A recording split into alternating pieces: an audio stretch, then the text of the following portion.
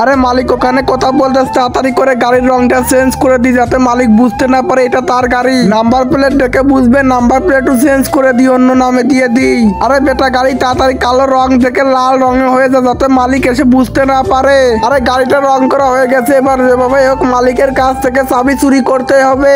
আস্তে করে চাবি কাটতে হবে যাতে মালিক বুঝতে না পারে। আরে বেটা মালিক তুমি কথা কও, তোমার চাবি চুরি করে নিব। আরে মালিকটা হাত ছড়া ফেললে এখন তো ধরা খেয়ে যেতাম। এবার হাত নড়াচ্ছে না, এবার যেভাবে হোক চাবি কেটে ছাড়বো।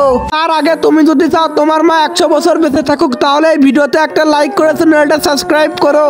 আর যদি না করো আমি মনে করবো তোমার মাকে পছন্দ করো না। আর তোমার মায়ের নাম কি পারলে একটা কমেন্ট করো। আরে এই তো চাবিটা খুলে গেছে, এবার টুক করে চাবিটা বের করে নি। আরে মালিক তুমি তো টেরি পেলে না, তোমার চাবি বের করে ফেললাম। আরে এখন দেখে গাড়িটা আমাদের। আরে ভাইয়ের কাছে যে দিকে আসি সে কি গাড়ির চাবি বের করতে পারছে না। আরে ভাই এই দেখো আমি গাড়ির চাবি বের করে ফেলেছি, আজ থেকে এই গাড়িটা আমাদের। বন্ধুরা তারপরে কি তারা গাড়ি নিতে পারলো নাকি সেটি দেখতে হলে নেক্সট পার্ট কমেন্ট করো।